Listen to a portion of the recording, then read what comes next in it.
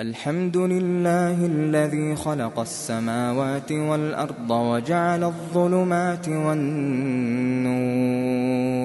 ثم الذين كفروا بربهم يعدلون هو الذي خلقكم من طين ثم قضى أجلا وأجل مسمى عنده ثم أنتم تمترون وهو الله في السماوات وفي الأرض يعلم سركم وجهركم ويعلم ما تكسبون وما تأتيهم من آية من آيات ربهم إلا كانوا عنها معرضين فقد كذبوا بالحق لما جاءهم فسوف يأتيهم أنباء ما كانوا به يستهزئون ألم يروا كم أهلكنا من قبلهم من قرن مكناهم في الأرض ما لم نمكن لكم وأرسلنا السماء عليهم مدرارا وجعلنا الأنهار تجري من تحتهم فأهلكناهم بذنوبهم وأنشأنا من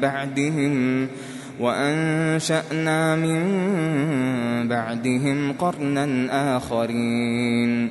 ولو نزلنا عليك كتابا في قرطاس فلمسوه بأيديهم لقال الذين كفروا إن هذا إلا سحر مبين وقالوا لولا أنزل عليه ملك ولو أنزلنا ملكا لقضي الأمر ثم لا ينظرون ولو جعلناه ملكا لجعلناه رجلا وللبسنا عليهم ما يلبسون ولقد استهزئ برسل من قبلك فحاق بالذين سخروا منهم ما كانوا به يستهزئون قل سيروا في الأرض ثم انظروا كيف كان عاقبة المكذبين قل لمن ما في السماوات والأرض قل لله كتب على نفسه الرحمة ليجمعنكم إلى يوم القيامة لا ريب فيه الذين خسروا أنفسهم فهم لا يؤمنون وله ما سكن في الليل والنهار وهو السميع العليم قل أغير الله أتخذ وليا فاطر السماوات والأرض وهو يطعم ولا يطعم قل إني أمرت أن أكون أول من أسلم ولا تكونن من المشركين قل إني أخاف إن عصيت ربي عذاب يوم عظيم من يصرف عنه يومئذ فقد رحمه وذلك الفوز المبين وإن يمسسك الله بضر فلا كاشف له إلا هو وإن يمسسك بخير فهو على كل شيء قدير وهو القاهر فوق عباده وهو الحكيم الخبير قل أي شيء أكبر شهادة قل الله شهيد بيني وبينكم وأوحي إلي هذا القرآن لأنذركم به ومن بلغ أئنكم لتشهدون أن مع الله آلهة أخرى قل لا أشهد قل إنما هو إله واحد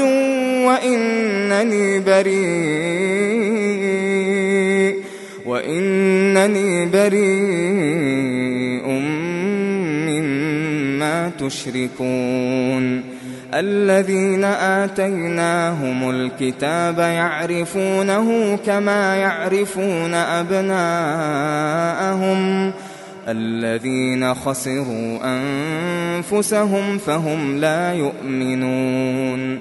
ومن أظلم ممن افترى على الله كذبا أو كذب بآياته إنه لا يفلح الظالمون ويوم نحشرهم جميعا ثم نقول للذين أشركوا أين شركاؤكم الذين كنتم تزعمون ثم لم تكن فتنتهم إلا أن قالوا والله ربنا ما كنا مشركين انظر كيف كذبوا على أنفسهم وضل عنهم ما كانوا يفترون ومنهم من يستمع إليك وجعلنا على قلوبهم أكنة أن يفقهوه وفي آذانهم وقرا وإن يروا كل آية لا يؤمنوا بها حتى إذا جاءوك يجادلونك يقول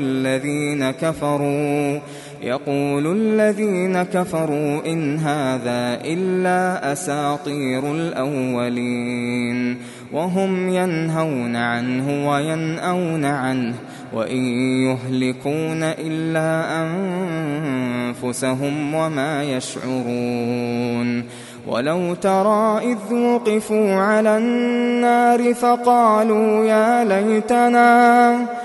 ولو ترى إذ وقفوا على النار فقالوا يا ليتنا نرد ولا نكذب بآيات ربنا ونكون من المؤمنين بل بدا لهم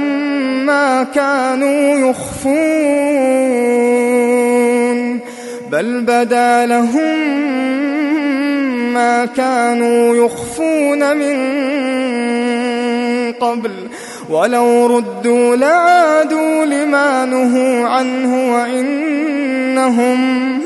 ولو ردوا لعادوا لما نهوا عنه وإنهم لكاذبون وقالوا إن هي إلا حياتنا الدنيا وما نحن بمبعوثين ولو ترى إذ وقفوا على ربهم قال أليس هذا بالحق قالوا بلى وربنا قال فذوقوا العذاب بما كنتم تكفرون قد خسر الذين كذبوا بلقاء الله حتى إذا جاءتهم الساعة بغتة قالوا يا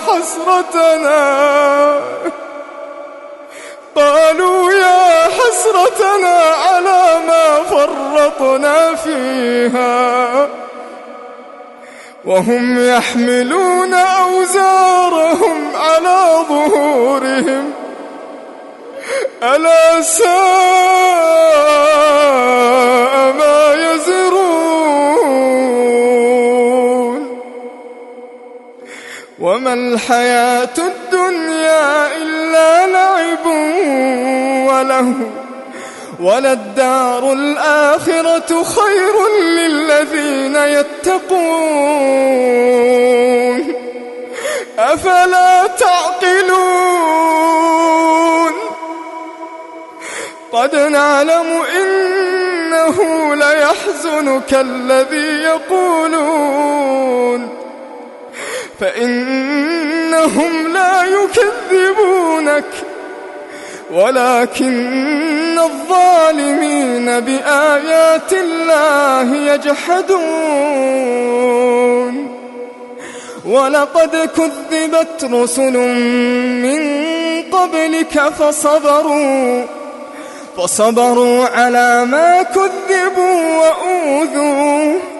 وأوذوا حتى أتاهم نصرنا ولا مبدل لكلمات الله ولقد جاءك من نبأ المرسلين وإن كان كبر عليك إعراضهم فإن استطعت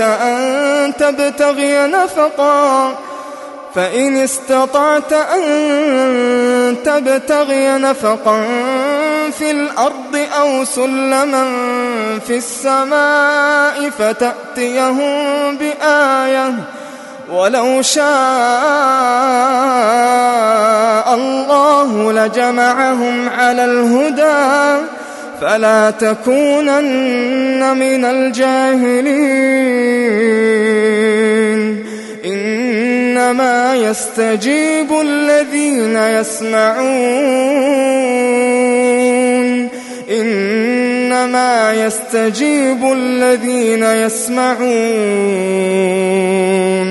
والموتى يبعثهم الله ثم إليه يرجعون إنما يستجيب الذين يسمعون والموتى يبعثهم الله ثم إليه يرجعون وقالوا لولا نزل عليه آية من ربه قل إن الله قادر على أن ينزل آية ولكن أكثرهم لا يعلمون وما من دابة في الأرض ولا طائر يطير بجناحيه إلا أمثالكم ما فرطنا في الكتاب من شيء ثم إلى ربهم يحشرون والذين كذبوا بآياتنا صم وبكم في الظلمات من يشاء الله يضلله ومن يشاء يجعله على صراط مستقيم قل أرأيتكم إن أتاكم عذاب الله أو أتتكم الساعة أغير الله تدعون إن كنتم صادقين بل إياه تدعون فيكشف ما تدعون إليه إن شاء وتنسون ما تشركون ولقد أرسلنا إلى من قبلك فأخذناهم بالبأساء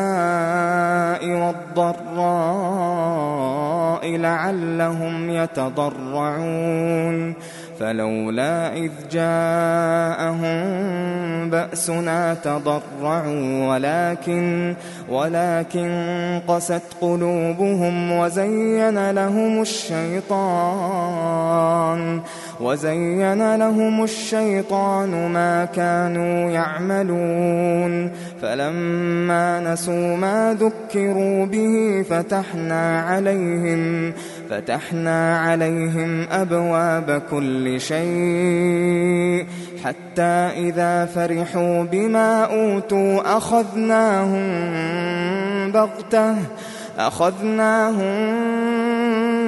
بغتة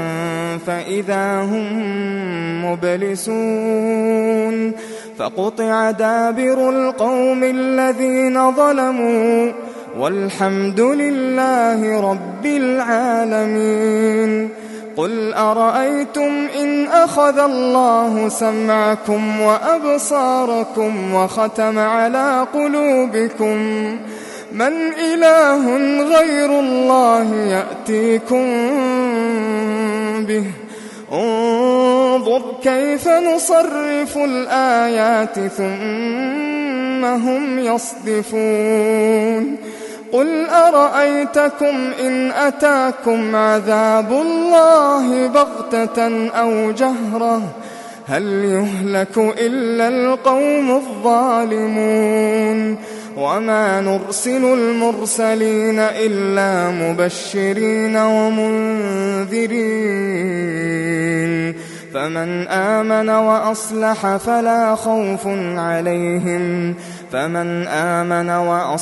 فلا خوف عليهم ولا هم يحزنون. والذين كذبوا بآياتنا يمسهم العذاب بما كانوا يفسقون. قل لا أقول لكم عندي خزائن الله ولا أعلم الغيب ولا أقول لكم إني ملك إن أتبع إلا ما يوحى إلي. قل هل يستوي الأعمى والبصير أفلا تتفكرون. وأنذر به الذين يخافون أن يحشروا إلى ربهم ليس لهم من دونه ولي ولا شفيع لعلهم يتقون. ولا تطرد الذين يدعون ربهم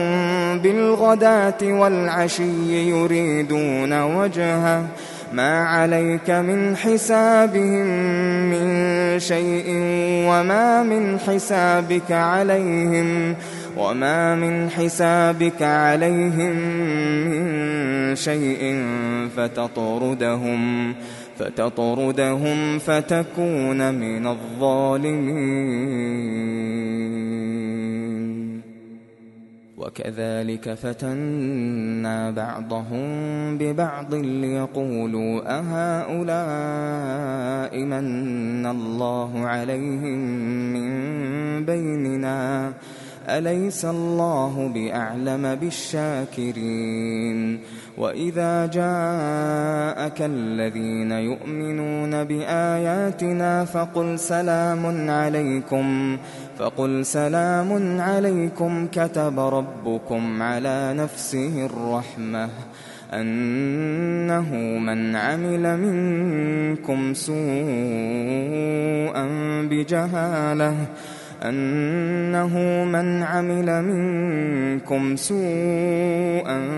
بجهالة ثم تاب من بعده وأصلح فأنه غفور رحيم. وكذلك نفصل الآيات ولتستبين سبيل المجرمين. قل إني نهيت أن أعبد الذين تدعون من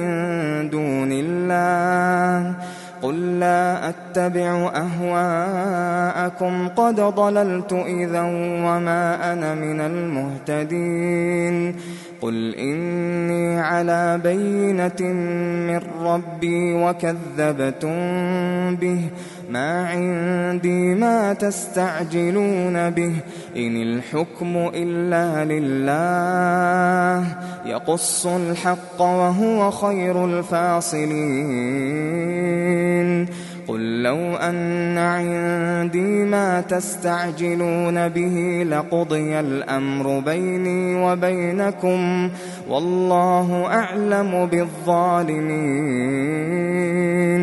وعنده مفاتح الغيب لا يعلمها إلا هو ويعلم ما في البر والبحر وما تسقط من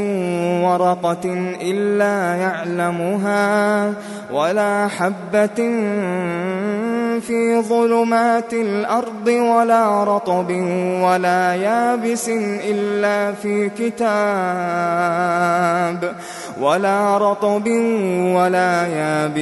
إلا في كتاب مبين وهو الذي يتوفاكم بالليل ويعلم ما جرحتم بالنهار ثم يبعثكم فيه ليقضى أجل مسمى ثم إليه مرجعكم ثم ينبئكم بما كنتم تعملون وهو القاهر فوق عباده ويرسل عليكم حفظه حتى إذا جاء أحدكم الموت توفته رسلنا وهم لا يفرطون ثم ردوا إلى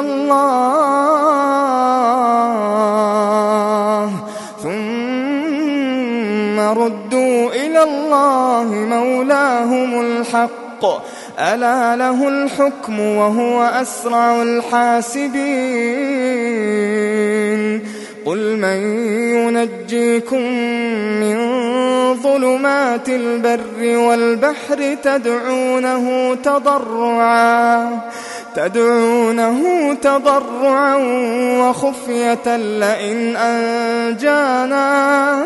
لئن أنجانا من هذه لنكونن من الشاكرين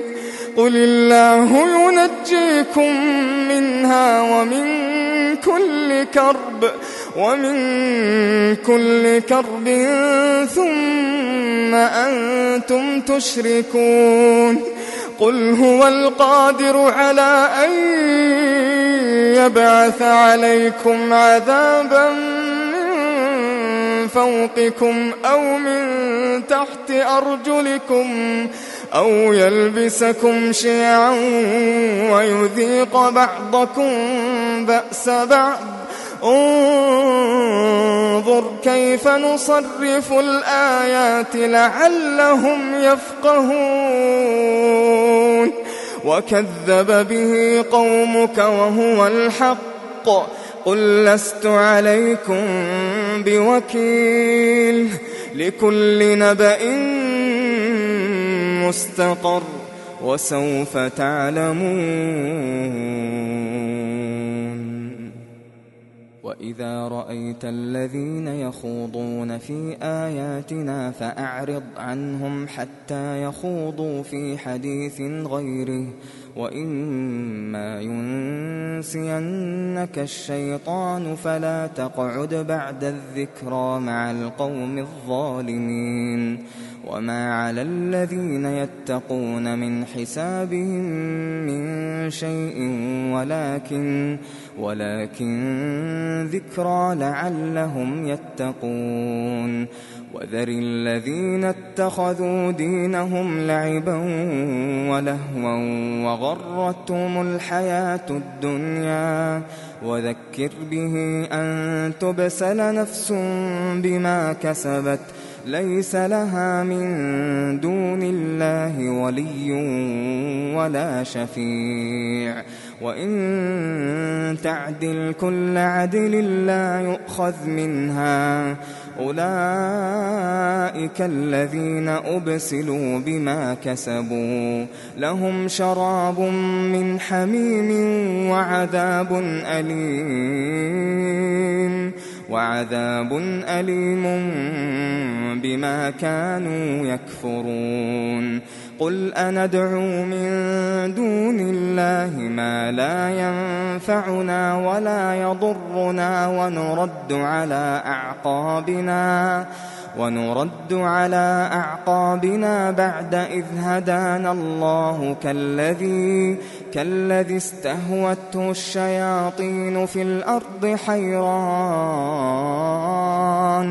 حيران له أصحاب يدعونه إلى الهدى ائتنا قل إن هدى الله هو الهدى وأمرنا لنسلم لرب العالمين وأن أقيموا الصلاة واتقوه وهو الذي إليه تحشرون وهو الذي خلق السماوات والأرض بالحق ويوم يقول كن فيكون قوله الحق وله الملك يوم ينفخ في الصور عالم الغيب والشهادة وهو الحكيم الخبير وإذ قال إبراهيم لأبيه آزر أتتخذ أصناما آلهة إني أراك وقومك في ضلال مبين وكذلك نري إبراهيم ملكوت السماوات والأرض وليكون من الموقنين فلما جن عليه الليل رأى كوكبا قال هذا ربي فلما أفل قال لا أحب الآفلين فلما رأى القمر بازغا قال هذا ربي فلما أفل قال لئن لم يهدني ربي لأكونن من القوم الضالين فلما رأى الشمس بازغة قال هذا ربي هذا أكبر فلما أفلت قال يا قوم إني بريء مما تشركون إني وجهت وجهي للذي فطر السماوات والأرض حنيفا وما أنا من المشركين وحاجه قومه قال أتحاجوني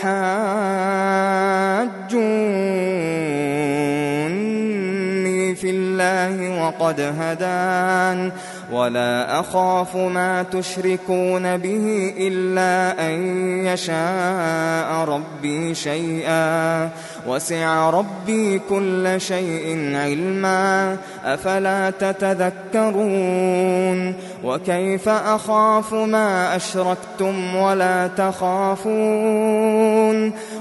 تخافون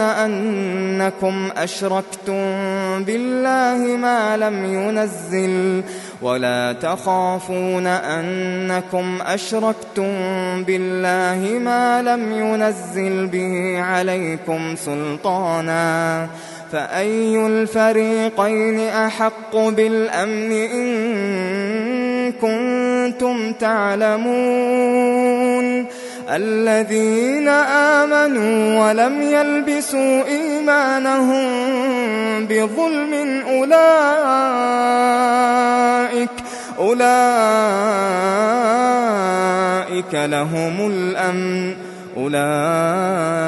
أولئك لهم الأمن وهم مهتدون وتلك حجتنا آتيناها إبراهيم على قومه نرفع درجات من نشاء إن ربك حكيم عليم ووهبنا له إسحاق ويعقوب كلا هدينا ونوحا هدينا من قبل ومن ذريته داود وسليمان وأيوب ويوسف وموسى وهارون وكذلك نجزي المحسنين وزكريا ويحيى وعيسى وإلياس كل من الصالحين وإسماعيل واليسع ويونس ولوطا وكلا فضلنا على العالمين ومن آبائهم وذرياتهم وإخوانهم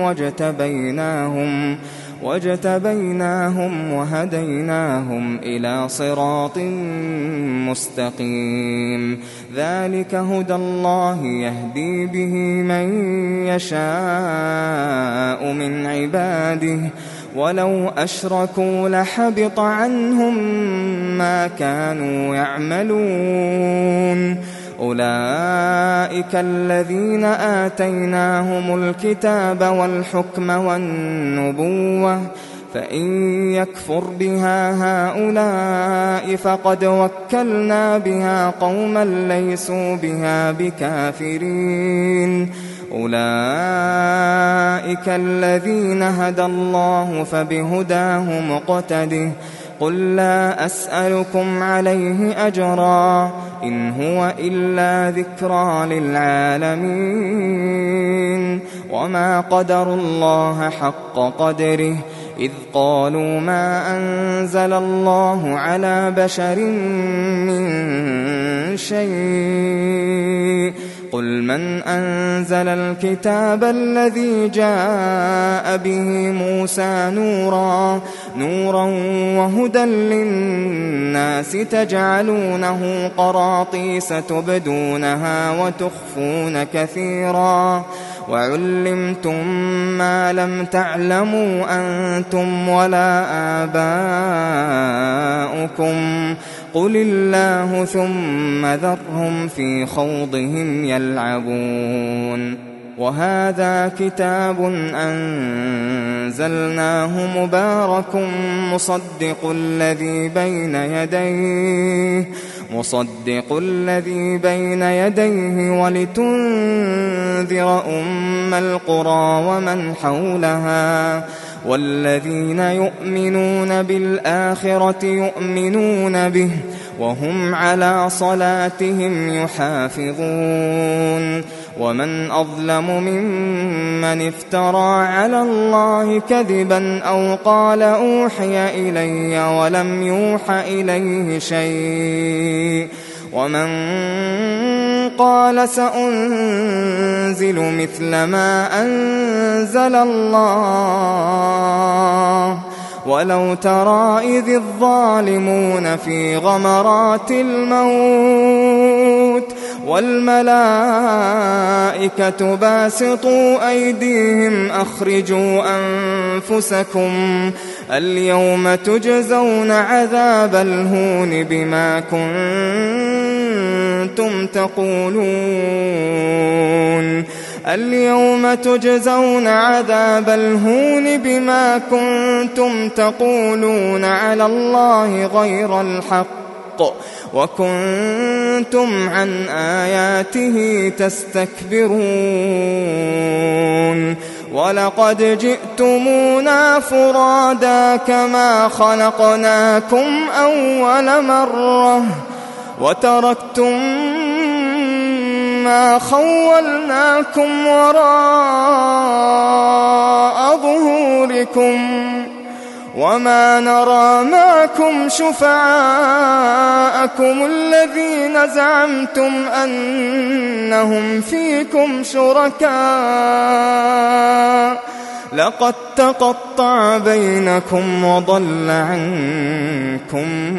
ما كنتم تزعمون إن الله فالق الحب والنوى يخرج الحي من الميت ومخرج الميت من الحي ذلكم الله فأنى تؤفكون فالق الإصباح وجعل الليل سكنا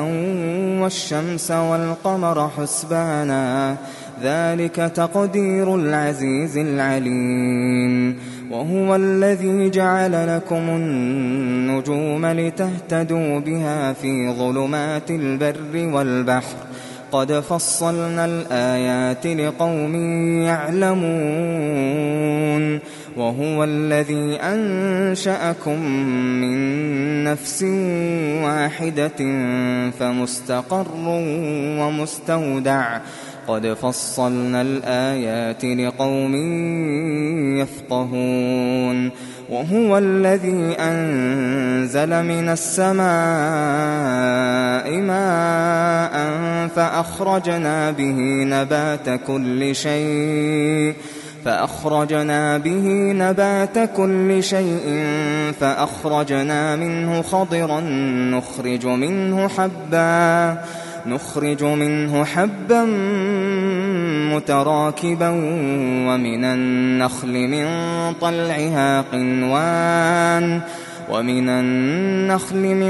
طلعها قنوان دانية وجنات من أعناب والزيتون والرمان مشتبها وغير متشابه انظروا إلى ثمره إذا أثمر وينعه إن في ذلكم لآيات لقوم يؤمنون وجعلوا لله شركاء الجن وخلقهم وخرقوا له بنين وبنات بغير علم سبحانه وتعالى عما يصفون بديع السماوات والأرض أنى يكون له ولد ولم تكن له صاحبة وخلق كل شيء وهو بكل شيء عليم ذلكم الله ربكم لا إله إلا هو خالق كل شيء فاعبدوه وهو على كل شيء وكيل لا تدركه الأبصار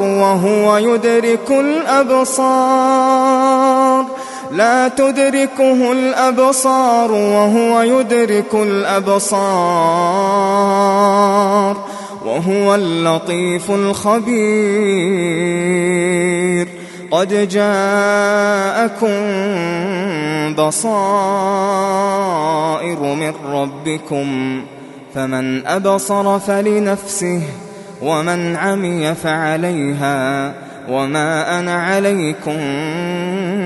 بحفيظ وكذلك نصرف الآيات وليقولوا درست ولنبينه لقوم يعلمون اتبع ما أوحي إليك من ربك لا إله إلا هو وأعرض عن المشركين ولو شاء الله ما أشركوا وما جعلناك عليهم حفيظا وما أنت عليهم بوكيل ولا تسبوا الذين يدعون من دون الله فيسبوا الله عدوا بغير علم كذلك زينا لكل أمة عملهم ثم إلى ربهم مرجعهم فينبئهم بما كانوا يعملون وأقسموا بالله جهد أيمانهم لئن جاءتهم آية ليؤمنن بها قل إنما الآيات عند الله وما يشعركم أنها إذا جاءت لا يؤمنون ونقلب أفئدتهم وأبصارهم كما لم يؤمنوا به أول مرة ونذرهم في طغيانهم يعمهون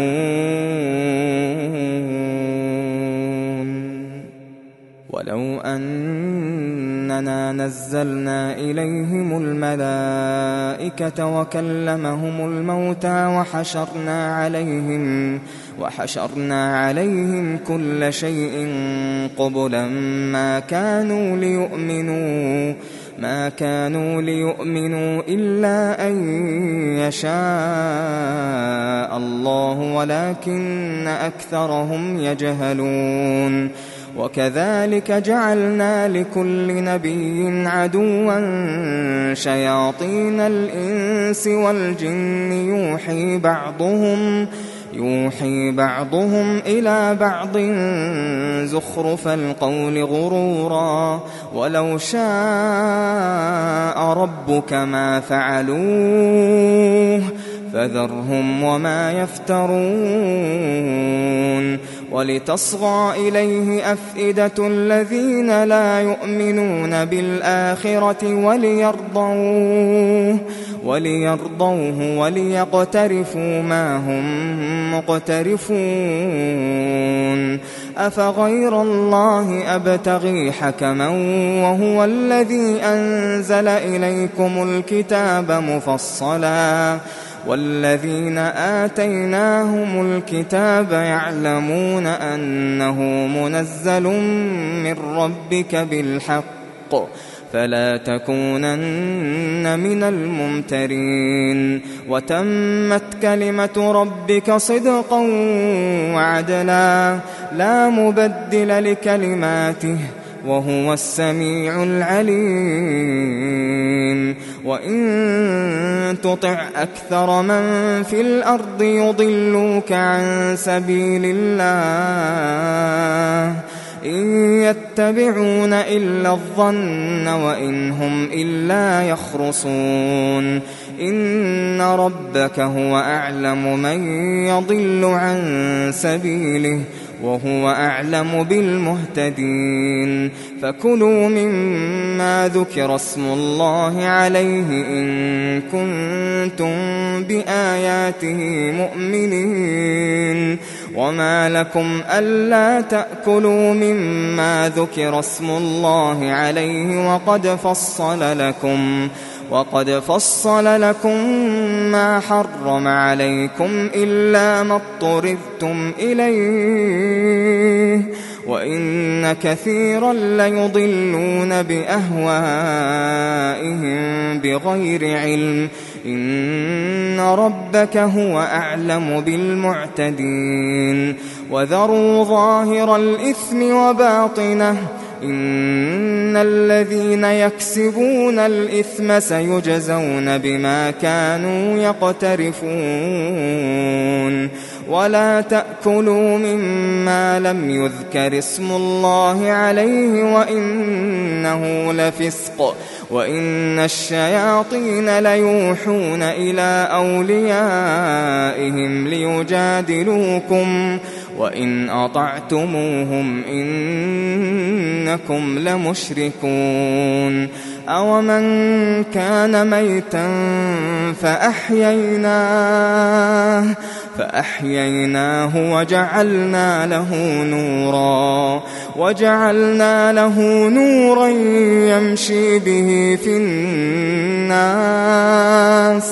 وجعلنا له نورا يمشي به في الناس كمن مثله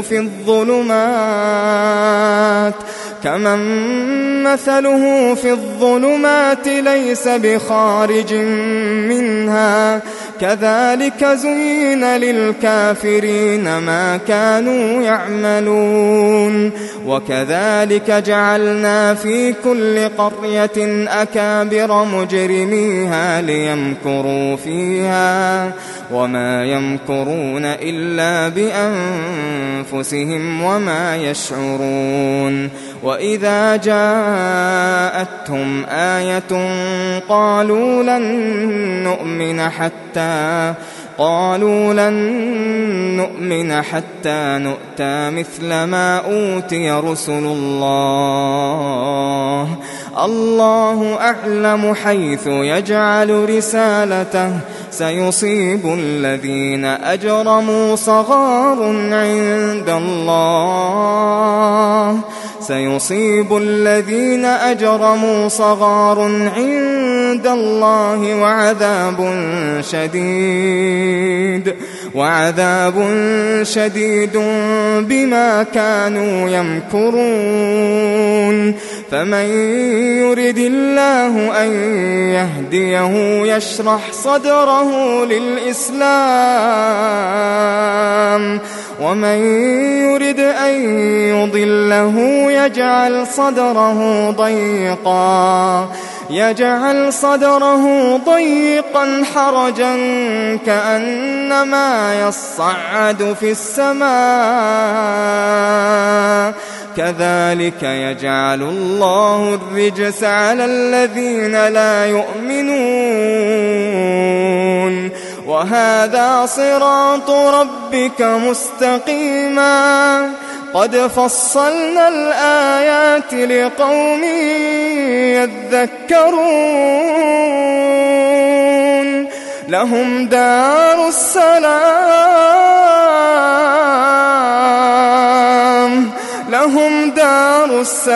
عند ربهم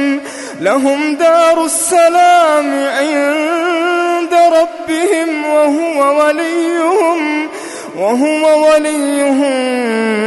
بما كانوا يعملون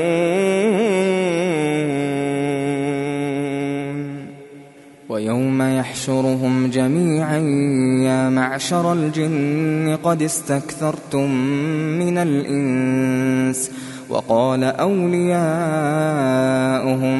من الإنس ربنا استمتع بعضنا ببعض وبلغنا أجلنا الذي أجلت لنا قال النار مثواكم خالدين فيها إلا ما شاء الله إن ربك حكيم عليم وكذلك نولي بعض الظالمين بعضا بما كانوا يكسبون يا معشر الجن والإنس ألم يأتكم رسل منكم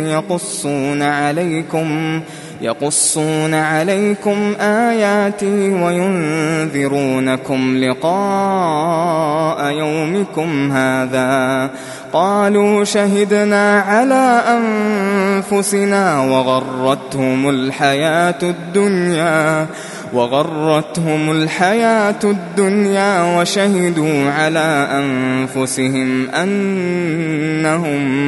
وشهدوا على أنفسهم أنهم كانوا كافرين ذلك أن لم يكن ربك مهلك القرى بظلم وأهلها غافلون ولكل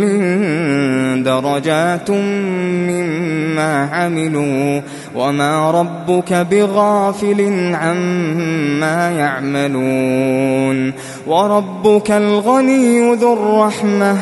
إن يشأ يذهبكم ويستخلف من بعدكم ما يشاء كما أنشأكم من ذرية قوم آخرين إنما توعدون لآت وما أنتم بمعجزين قل يا قوم اعملوا على مكانتكم إني عامل فسوف تعلمون من تكون له عاقبة الدار إنه لا يفلح الظالمون وجعلوا لله مما ذرأ من الحرث والأنعام نصيبا فقالوا هذا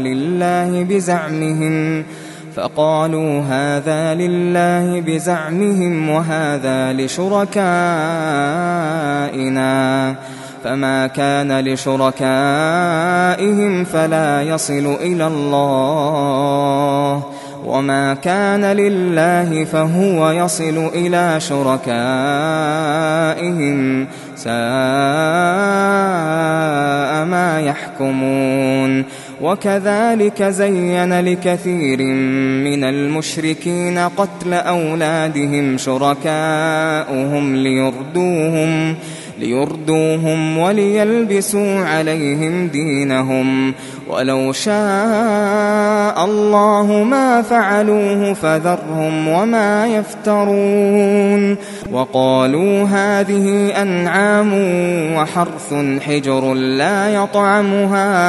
لا يطعمها إلا من نشاء بزعمهم وأنعام حرمت ظهورها وأنعام لا يذكرون اسم الله عليها افتراء عليه سيجزيهم بما كانوا يفترون. وقالوا ما في بطون هذه الأنعام خالصة لذكورنا ومحرم على أزواجنا وإن يكن ميتة فهم فيه شركاء سيجزيهم وصفهم إنه حكيم عليم. قد خسر الذين قتلوا أولادهم سفها بغير علم وحرموا ما رزقهم الله افتراء على الله قد ضلوا وما كانوا مهتدين. وهو الذي أنشأ جنات معروشات وغير معروشات والنخل والزرع مختلفا أكله والزيتون والرمان متشابها وغير متشابه كلوا من ثمره إذا أثمر وآتوا حقه يوم حصاده ولا تسرفوا إنه لا يحب المسرفين. ومن الأنعام حمولة وفرشا كلوا مما رزقكم الله ولا تتبعوا خطوات الشيطان إنه لكم عدو مبين. 8 أزواج من الضأن 2 ومن المعز 2 قل الذكرين حرم أم الأنثيين أما اشتملت عليه أرحام الأنثيين نبئوني بعلم إن كنتم صادقين. ومن الإبل 2 ومن البقر 2 قل الذكرين حرم أم الأنثيين أما اشتملت عليه أرحام الأنثيين أم كنتم شهداء إذ وصاكم الله بهذا فمن أظلم ممن افترى على الله كذبا ليضل الناس بغير علم إن الله لا يهدي القوم الظالمين. قل لا أجد فيما أوحي إلي محرما على طاعم يطعمه إلا أن يكون ميتة أو دما مسفوحا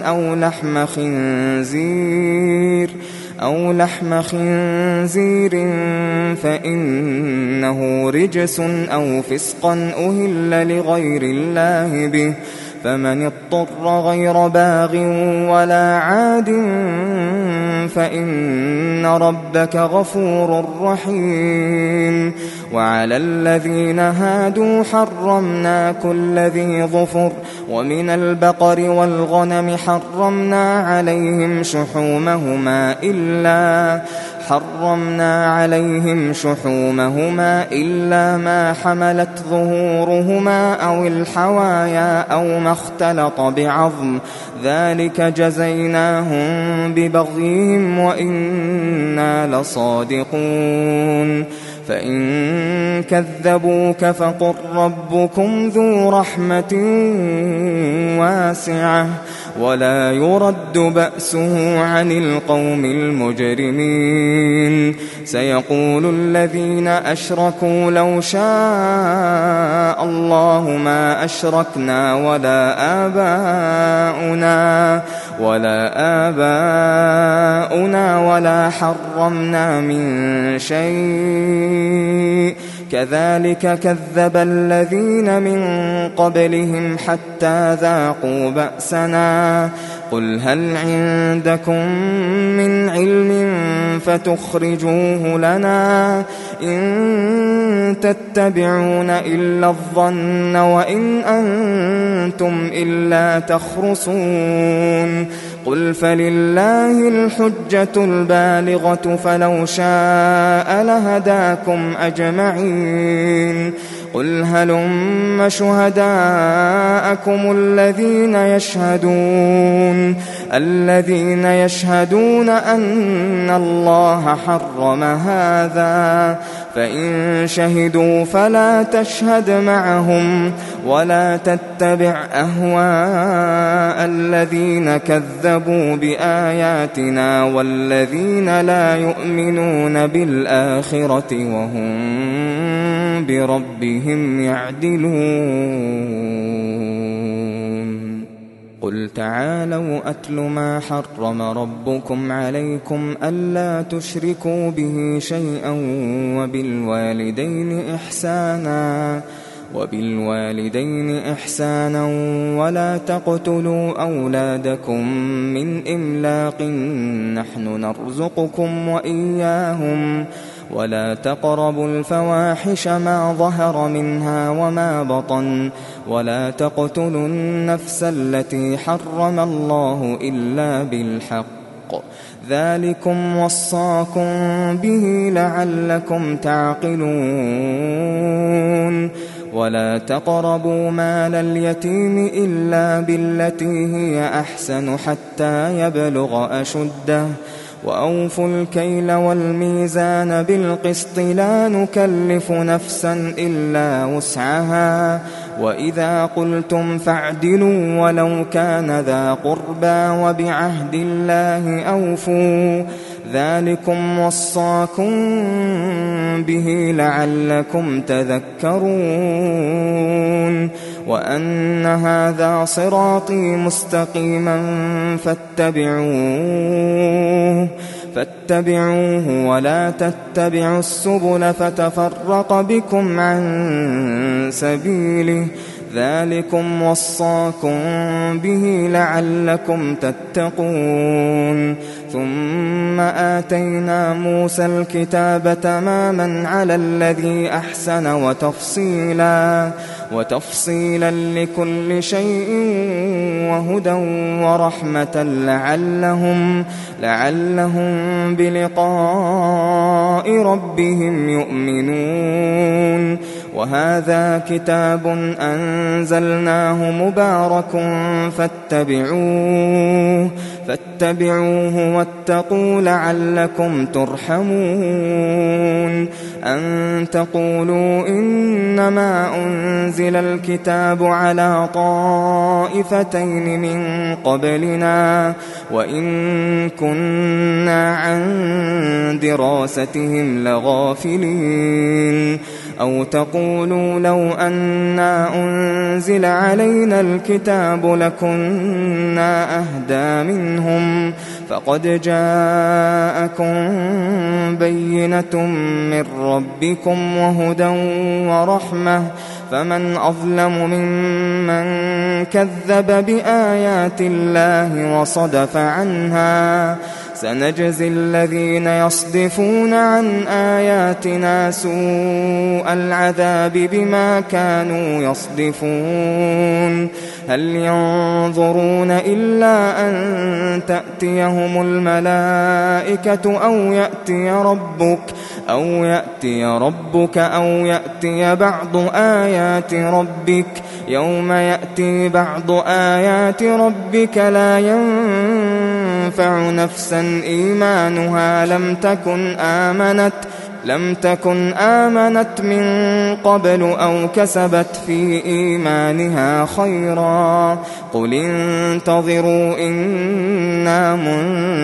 منتظرون إن الذين فرقوا دينهم وكانوا شيعا لست منهم في شيء إنما أمرهم إلى الله ثم ينبئهم بما كانوا يفعلون من جاء بالحسنة فله 10 أمثالها ومن جاء بالسيئة فلا يجزى إلا مثلها وهم لا يظلمون قل إنني هداني ربي إلى صراط مستقيم دينا قيما ملة إبراهيم حنيفا وما كان من المشركين قل إن صلاتي ونسكي ومحياي ومماتي لله رب العالمين لا شريك له وبذلك أمرت وأنا أول المسلمين قل أغير الله أبغي ربا وهو رب كل شيء ولا تكسب كل نفس إلا عليها ولا تزر وازرة وزر أخرى ثم إلى ربكم مرجعكم فينبئكم بما كنتم فيه تختلفون وهو الذي جعلكم خلائف الأرض ورفع بعضكم فوق بعض درجات ليبلوكم فيما آتاكم إن ربك